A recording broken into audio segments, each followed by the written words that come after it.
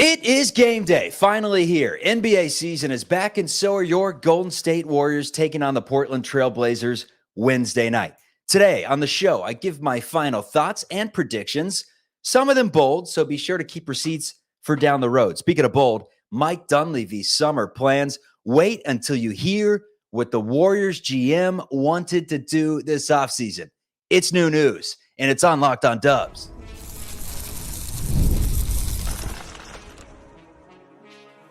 You are Locked On Warriors, your daily Golden State Warriors podcast. Part of the Locked On Podcast Network, your team every day. What is the good word, everyone? NBA season is back, and we are here to break it down with you after every single game and Monday through Friday. This is Locked On Warriors, part of the Locked On Podcast Network, your team every day. And your favorite podcast now has a newsletter. Introducing the Locked On Warriors Daily Newsletter. It's a one-stop for ultimate team and league coverage delivered right to your inbox. Sign up for free now at LockedOnDaily.com. That's LockedOnDaily.com, and start your day with the all-new free Locked On Warriors newsletter. Today's episode is sponsored by Gametime. Download the Gametime app, create an account, and use code LOCKEDONNBA for $20 off your first purchase. My name is Charlie Walter, formerly at 95.7 The Game. That is the flagship for the Golden State Warriors in the San Francisco Bay Area. Also worked for CBS News Bay Area, call letters KPIX, covered the team's championship run in 21-22. On today's show, considering it's game day, we should probably talk about the game. Blazers-Warriors. We'll bury the lead and talk about that at the end. A look into what to expect from the first foe this season in Portland. I'll give my overall predictions on this year's team. I have a bunch of prompts that Kylan Mills put into a hat. I'm going to pull them out, and I'm going to answer questions. No frills. Just the old pull it out of the hat, read it off, answer the question. Easy as that. Plus, we have full details on what transpired this offseason, and it was bold. So that is where we start, with an Anthony Slater report. And whenever an Anthony Slater report drops, you go ahead and you read it, because it's typically new news, and it's typically filled with sound bites and antidotes and just things that we do not get surface level. He's digging deep for this stuff. He's around the team every single day. So the Athletic New York Times piece, fresh content, but it was a similar subject. So at first I'm reading it and I'm thinking, we're talking Paul George and Lauri Markkanen again. What are we doing? This is ahead of the Portland game. NBA's back. Hypothetical season's over. Why are we talking about a trade that went awry? But we got a deeper dive into what the Warriors were thinking, and they were thinking all in. Capital letters, all in. Their plans were to get Paul George and Lauri Markkanen. One didn't work without the other. The Warriors don't want to be average. Let's note that Mike Dunleavy has repeatedly said this team and franchise will not go all in to be pretty good. If they're going all in and they're trading away the farm, they're going to be 2018 Golden State Warriors. You bet your sweet ass that they are going to do that. It's basically said it. They're going to turn into a champ if they make one of these trades. Otherwise than that, pretty good. It's not going to happen. It's contention or it's bust if they make one of these trades. This offseason, Dunleavy had a two-part mission. Check this out here. Mike Dunleavy swinging for the fences. When Dunleavy laid out the blueprint to Steph Curry and Draymond Green, Utah Jazz forward Lauri Markkanen wasn't plan B. He was a subsection of plan A. The Warriors wanted both wings, believing George's opt-out threat would allow them to protect the required assets to entice Utah Jazz CEO Danny Ainge, and Markkanen's reasonable $18 million returning salary could make the financials work. Draymond Green responded to that in the article and said, the conversation was always about that possibility. You get both of those guys, you make a huge splash. But the Clippers weren't really willing to play ball. Then Danny Ainge was being Danny Ainge. Steph Curry said it's no surprise the Clippers didn't offer Paul George up to Golden State, because who would want to help the Warriors? But if they landed Paul George, perhaps the Warriors would have unloaded everything left in the cupboard for Markkanen. That includes Kuminga, Moody, Podziemski, picks, all the first rounders, second rounders, swaps, the young players the Jazz wanted, because contention would have been reasonable expectations at that point. But without George, the Warriors didn't like the price and the return on the investment. And that's when Dunleavy relayed to Kerr in a pre-free agency meeting that it just doesn't make sense to sell your entire future for a team that you think can be pretty good, but isn't awesome, right? Especially at this stage with the ages of our stars. Which, I mean, if you read the tea leaves there, it's basically Mike Dunleavy saying that this year's team is not a serious threat. At least he would make that bet. Because getting Lauri Markkanen would make the team better. And even then, he didn't think the team was better than just pretty good. So these words all in, though, that we've heard a little bit this offseason, because Joe Lacob is willing to sell the farm. He's willing to pay whatever it takes if the Warriors can get back to what they were. I mean, forget 21-22, what they were, 6 years ago at this point, to where they're winning 73 games and where there's no parity in the NBA because the Golden State Warriors are pretty much penciled in for at least a championship, at least a Western Conference championship, or getting to the finals every single season, regardless of what happens. But this all-in term, Lacob said the term is important.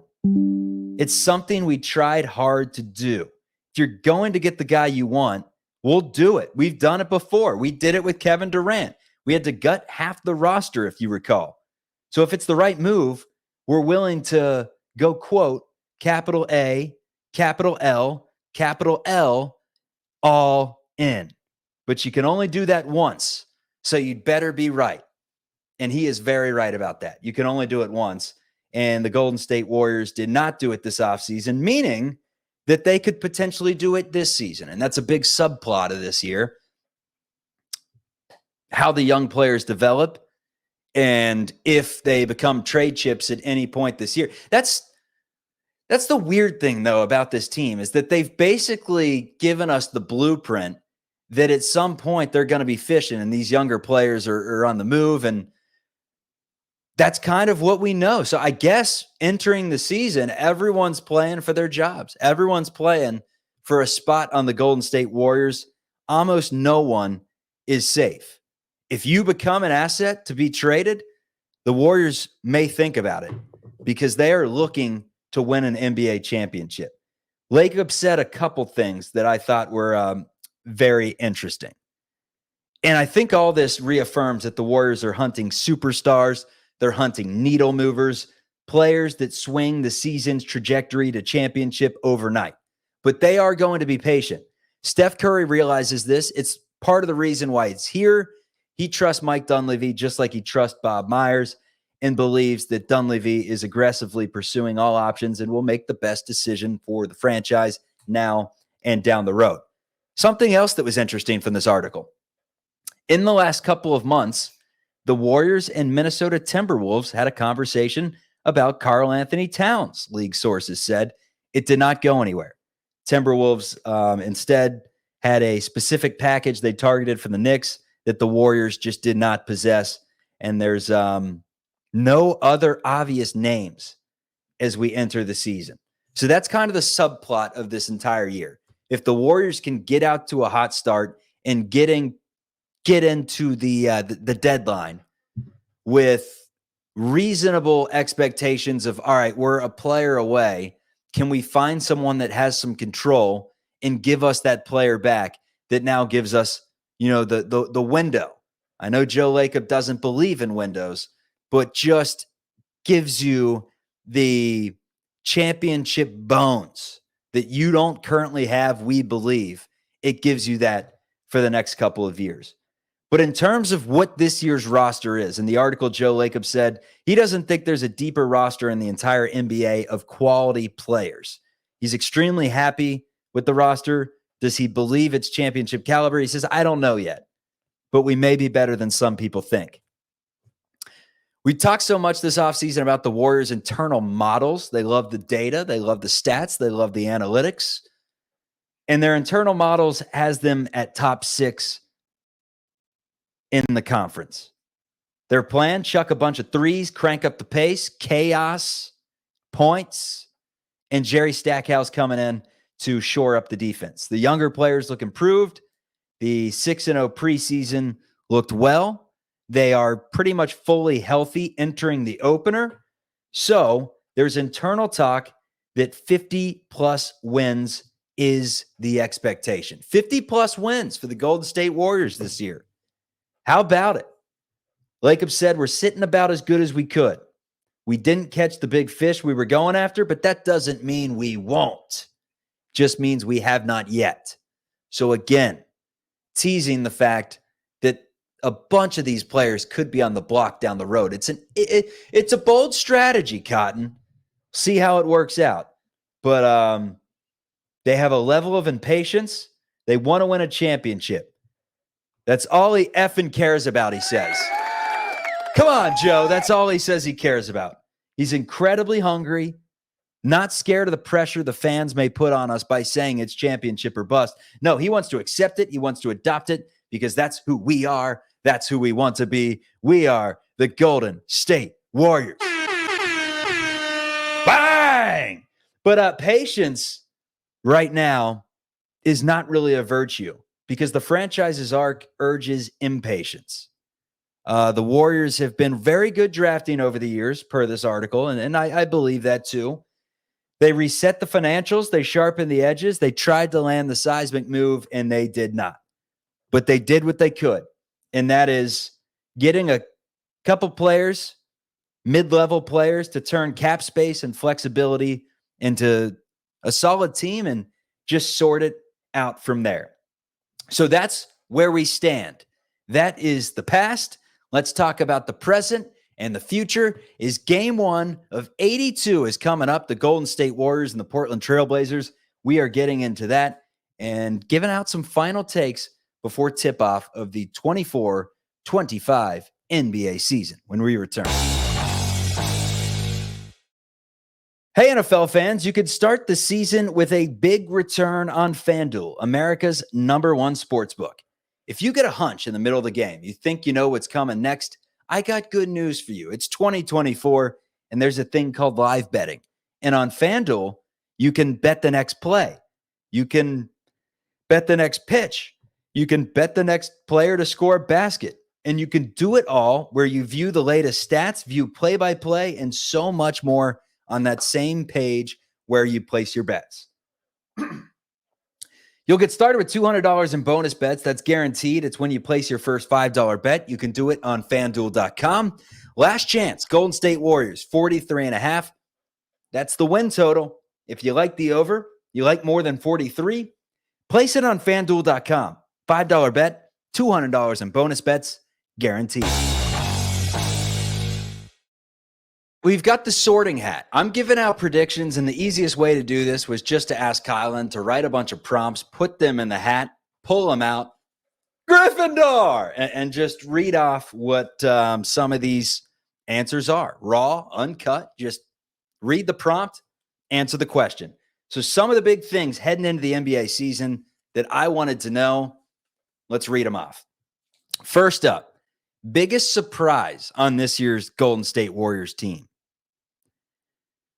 I wanted to say Trace Jackson-Davis and what I think he can be this season, someone that averages, 10 points and 6-7 boards, a block and a steal per game.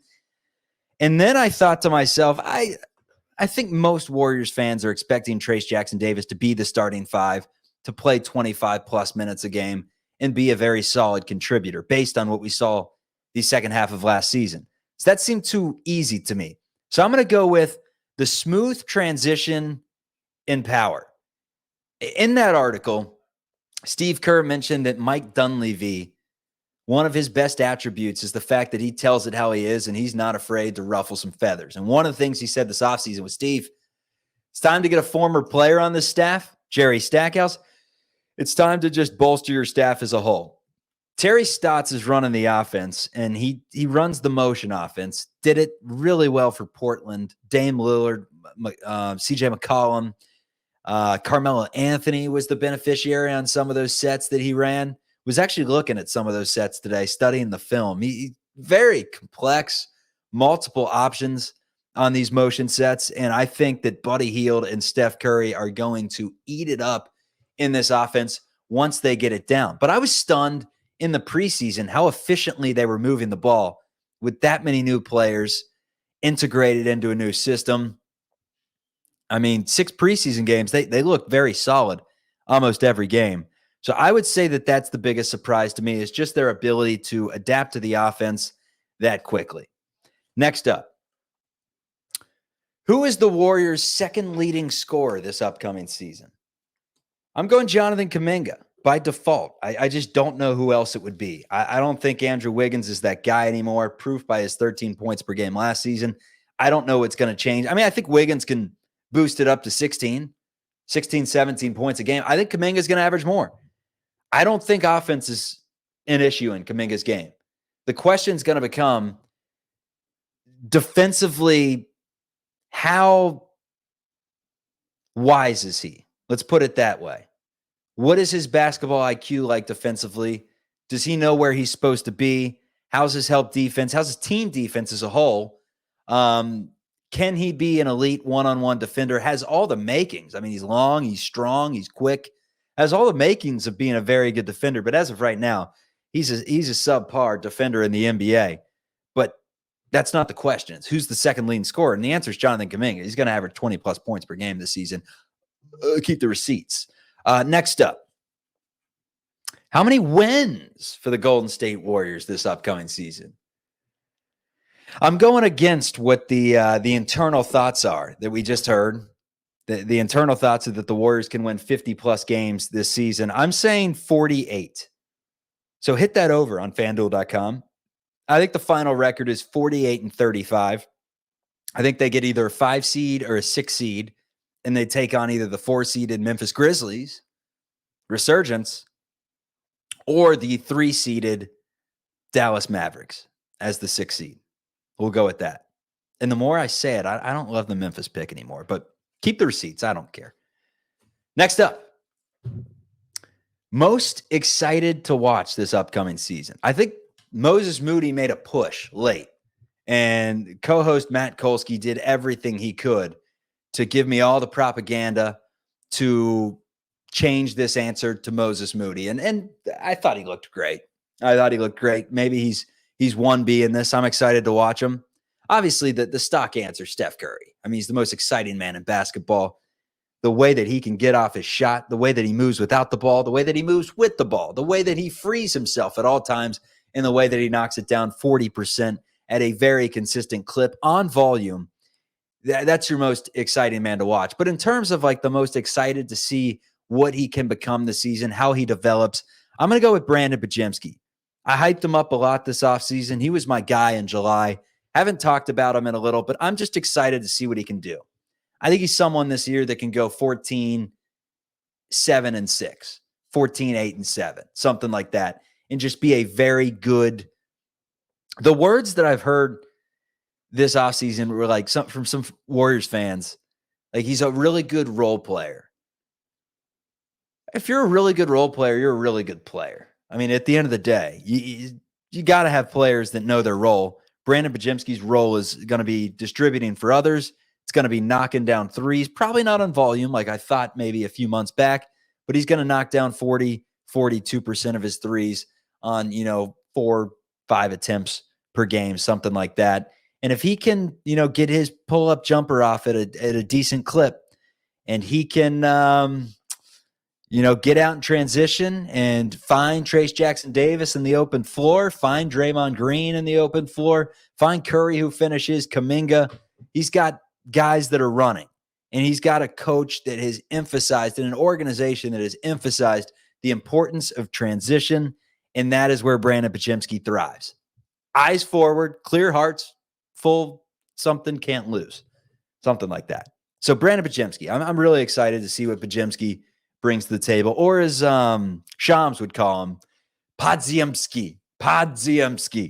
Brandon Podziemski. All right. What are you most excited about this season? Not a player, but just storylines. To me, it's parity. I mean, with all due respect to the 2018 Warriors, they were too good. At a certain point, it was fun. It was very fun. And Warriors fans long for those days. With that being said, parity is fun, especially when you are not the 2018 Golden State Warriors. You're the 24-25 installment, and you're supposed to be pretty good. We don't know how good. So it's nice that there's not a team that is head and shoulders above the rest of the league. You flirt with being pretty good this season. You make yourself a move.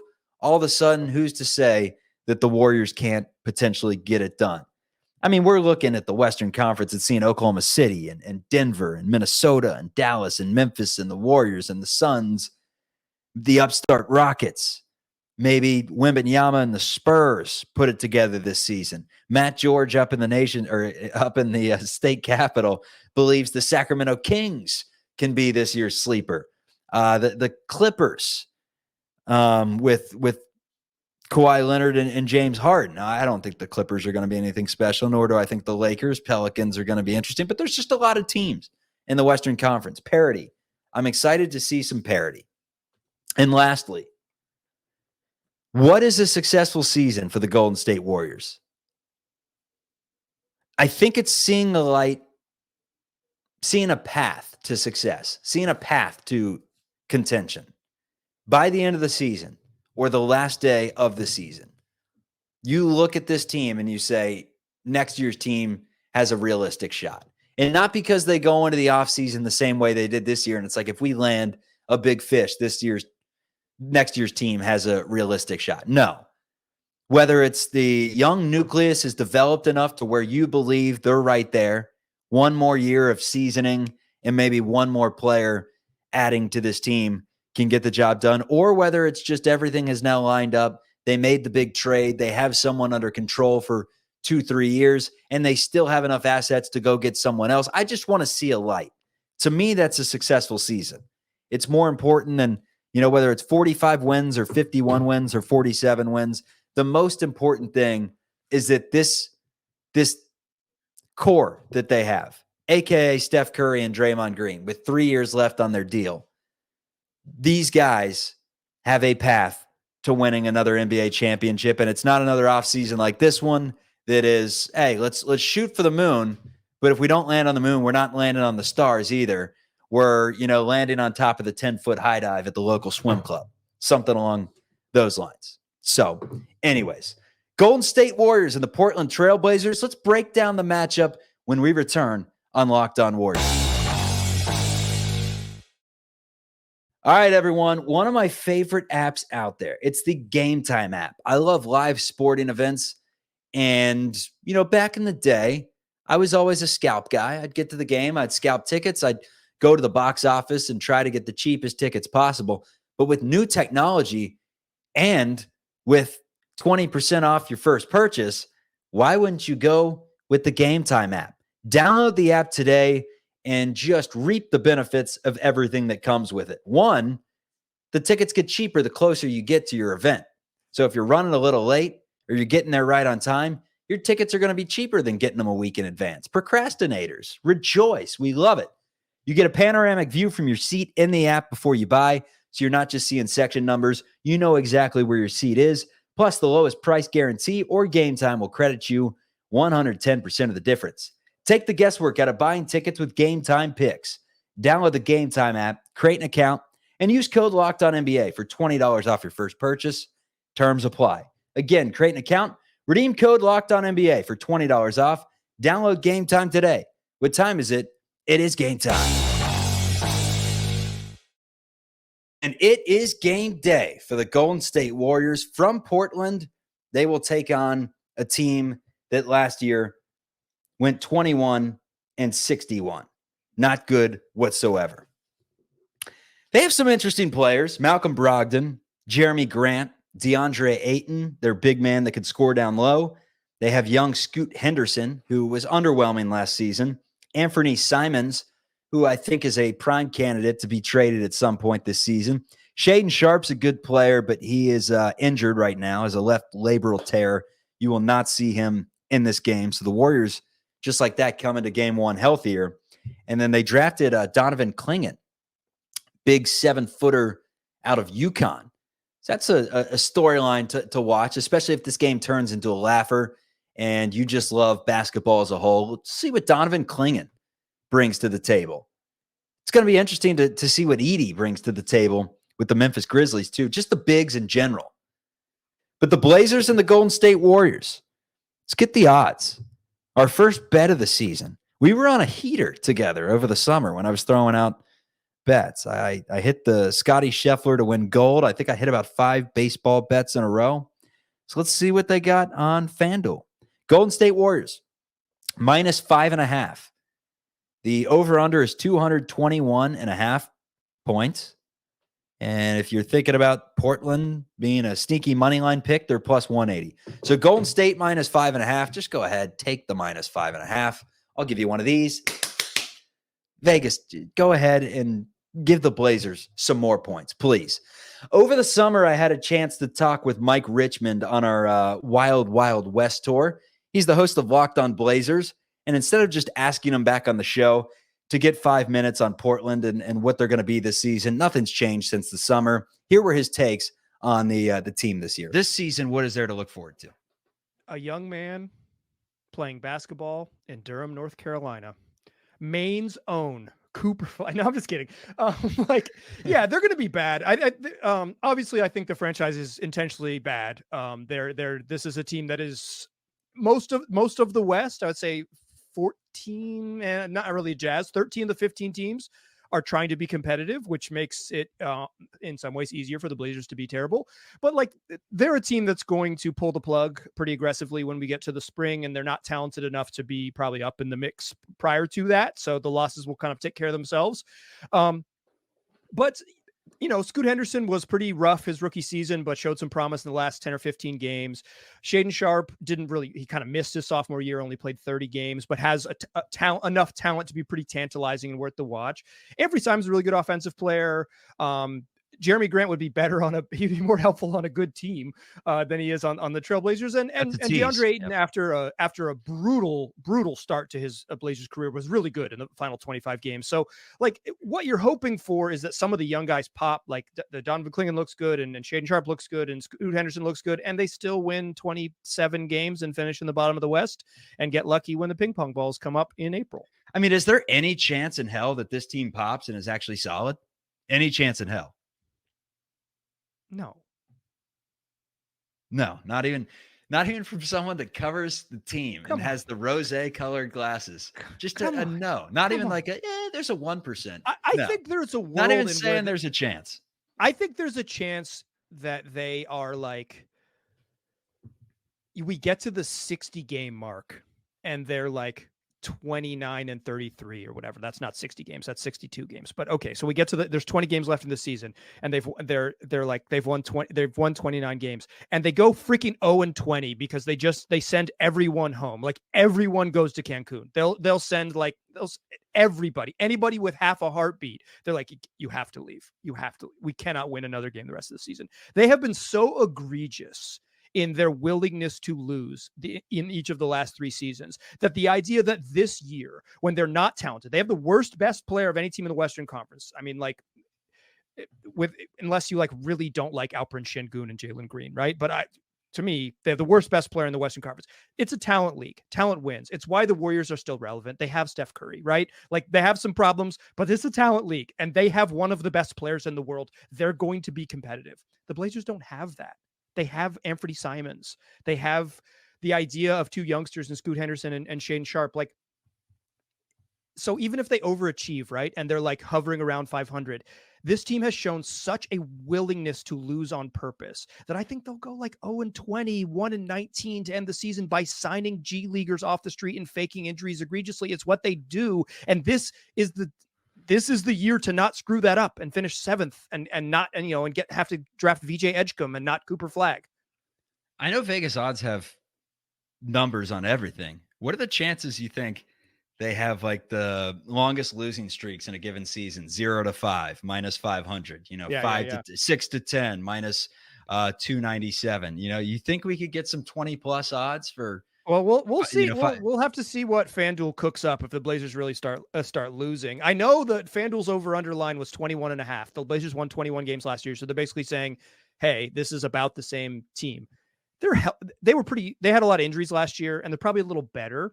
But I think the combination of their motivations and just like sort of natural attrition and maybe some trades is, I think that's a pretty reasonable line. If I had to pick a number for them, I'd say like 24. But like a 24-win season is a lot of losses. That's 58 L's. That's a long. I'm telling you, Charlie, 250 episodes of the podcast, baby. I'm locked in. I couldn't be more ready to go.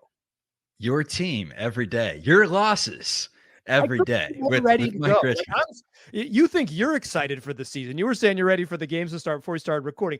Boy, am I. Let's get them going. I'm ready for some 3-win month.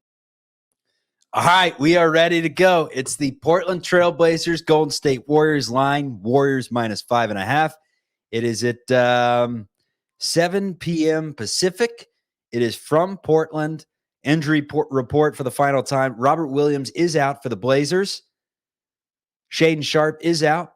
Matisse Thybulle is out for the Blazers as well. Stephen Curry is considered a game-time decision. Stephen Curry's going to play. Come on now. He's going to play. Warriors' first 5 games this season. Let's just go with the first 3. It's this. They take on the Utah Jazz on Friday and the LA Clippers on Sunday. So 3 very winnable games out of the gate. Good stuff, everyone. Very much appreciated. Thanks for making Locked On Warriors your first listen of every day. Yeah, we appreciate it, everyone. Thank you. Thank you. Free and available wherever you get your podcast. Thank you. Have a great night, everyone. Go Dubs. Season's here.